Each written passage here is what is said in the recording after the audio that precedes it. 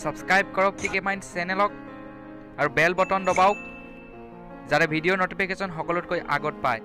হে নমস্কাৰ বন্ধু বান্ধৱীসকল, আপোনালোক সকলোকে স্বাগতম জনাইছোঁ tkmind চেনেলত। বন্ধু বান্ধৱীসকল, আমি সকলোৱে হোৱাটছআপ ব্যৱহাৰ কৰোঁ। আমি সকলোৱে হোৱাটছআপত ইজনে সিজনলৈ SMS শ্বেয়াৰ কৰোঁ। কিন্তু বন্ধু বান্ধৱীসকল, আমাৰ ভাৰতবাসীৰ বাবে এটা বেয়া খবৰ ওলাই আহিছে হোৱাটছআপক লৈ। বন্ধু বান্ধৱীসকল, হোৱাটছআপত কিছুমান ভুলৰ বাবে আপোনাৰ হয়তো জেল হ'ব পাৰে। হোৱাটছআপে কেইটামান নতুন আপটুডেট লৈ আহিছে, বিশেষকৈ আমাৰ ভাৰতৰ বাবে। যিকেইটা আপটুডেট নেকি আপুনি ফ'ল' নকৰিলে আপোনাৰ হয়তো জেলো হ'ব পাৰে। আৰু সেই আপটুডেট কেইটানো কি, আজি ইয়াৰ বিষয়ে মই আপোনালোকক অৱগত কৰাম, যাতে আপোনালোকৰ ফিউচাৰত কোনো ধৰণৰ প্ৰব্লেম নহয়। গতিকে বন্ধু বান্ধৱীসকল, যদিহে জানিব লগা হয় তেন্তে আপোনালোকে ভিডিঅ'টো সম্পূৰ্ণকৈ চাব লাগিব। মই ইয়াৰ বিষয়ে আজি আপোনালোকক ক'ম। গতিকে বন্ধু বান্ধৱীসকল, মই শ্ৰীপাতিকৈ আপোনালোকে চাই আছে tkmind। আহক আৰম্ভ কৰোঁ আজিৰ ভিডিঅ'।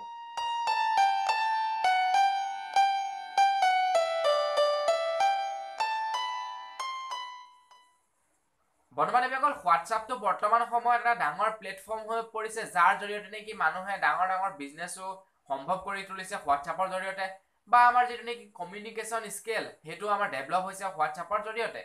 বন্ধু বান্ধৱীসকল, হোৱাটছআপত আমাৰ নানান ধৰণৰ SMS ফৰৱাৰ্ডিং কৰা হয়, যাৰ জৰিয়তে নেকি আমাৰ যোৱা কেইমাহমানৰ আগতে আমাৰ অসমত এটা হত্যাকাণ্ড হৈ গৈছিলে হোৱাটছআপৰ ভুৱা বাতৰিক লৈ। আৰু আমাৰ ভাৰতৰ বহুতো চুকে কোণেও এনেধৰণৰ ভুৱা SMS-ৰ প্ৰবঞ্চনাত বহুতো মানুহ মৃত্যুমুখত পৰিছিলে, যাৰ বাবে নেকি আমাৰ ভাৰত চৰকাৰে হোৱাটছআপৰ কোম্পানীক কিছু পদক্ষেপ ল'বৰ বাবে তেওঁলোকে অনুৰোধ জনালে।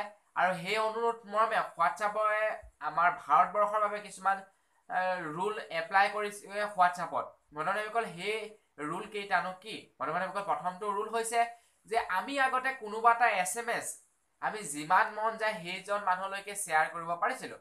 অৰ্থাৎ আমাৰ কণ্টেক্ট লিষ্টত যিমানবোৰ নেকি নম্বৰ আছে, সকলোবোৰ নম্বৰলৈকে একেটা SMS-কে একেটা সময়তে একেলগতে গোটেইবোৰকে চিলেক্ট কৰি আমি কি কৰিব পাৰিছিলোঁ, SMS-সমূহ শ্বেয়াৰ কৰিব পাৰিছিলোঁ, বা অন্যান্য যিকোনো ফটো বা ভিডিঅ' আমি ফৰৱাৰ্ড কৰিব পাৰিছিলোঁ। কিন্তু হোৱাটছআপে এটা নতুন আপটুডেট লৈ আনিলে, বিশেষকৈ আমাৰ অনলি ফৰ আমাৰ ভাৰতবৰ্ষৰ বাবে, যে আপোনালোকে এটা সময়ত এটা SMS-ক কেৱল 5জন মানুহলৈকেহে শ্বেয়াৰ কৰিব পাৰিব। বন্ধু বান্ধৱীসকল, এইটো যদি আপোনালোকে বিশ্বাস নহয় তেন্তে আপোনালোকে আজিয়েই বস্তুটো ফ'ল' কৰি চাওক, যে আপুনি এটা SMS লওক আৰু SMS-টো কপি কৰি আপুনি 5জনতকৈ অধিক মানুহলৈ শ্বেয়াৰ কৰিবলৈ চেষ্টা কৰক।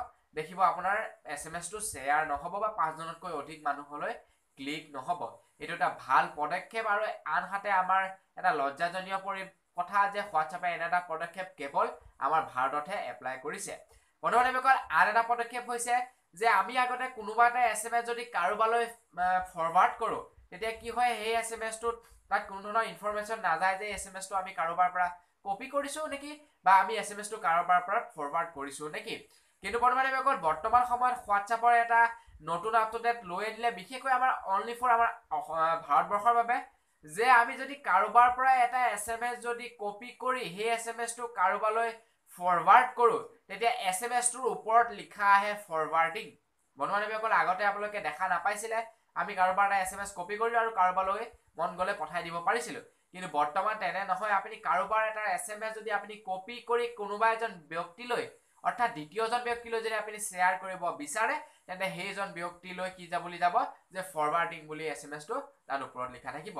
অৰ্থাৎ তেওঁ গম পাব যে SMS-টো নিশ্চয় তেওঁ বেলেগৰ পৰা কপি কৰি আনিছে, আৰু যিসকলকে নেকি জানিবলগীয়া থাকে ইয়াতে বহুতো কথা জানিব পাৰে।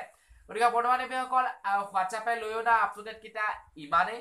এইকেইটা যদি আপোনালোকে ফ'ল' নকৰে, বা আপোনালোকে এটা SMS-কে যদি 5জনতকৈ অধিক মানুহলৈ যদি শ্বেয়াৰ কৰিব বিচাৰে, তেতিয়া হয়তো আপোনাৰ ওপৰত কিবা লিগেল একশ্যনো ল'ব পাৰে হোৱাটছআপ তথা আমাৰ ভাৰতবৰ্ষৰ চৰকাৰে। আৰু আনহাতে আপোনালোকে এটা SMS-কে যাতে বাৰে বাৰে শ্বেয়াৰ নকৰক, বা এটা SMS-কে যাতে আমি ইজনৰ পৰা সিজন, সিজনৰ পৰা সিজন এনেধৰণৰ প্ৰচেষ্টাটো চলি নাযাওক, তাৰ বাবে এই ফৰৱাৰ্ডিঙৰ যিটো নেকি ওপৰত লিখা থাকে সেইটো কথা ওপৰত এপ্লাই কৰা হৈছে।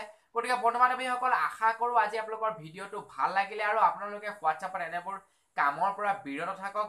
আমাৰ এটা সাধাৰণ ভুলেই বা আমাৰ সাধাৰণ এটা সৰু পোষ্টেই মানুহৰ জীৱনত কিমান প্ৰভাৱ পেলাব পাৰে, এইটো কথা হয়তো মই পুনৰ নতুনকৈ ক'ব নালাগে।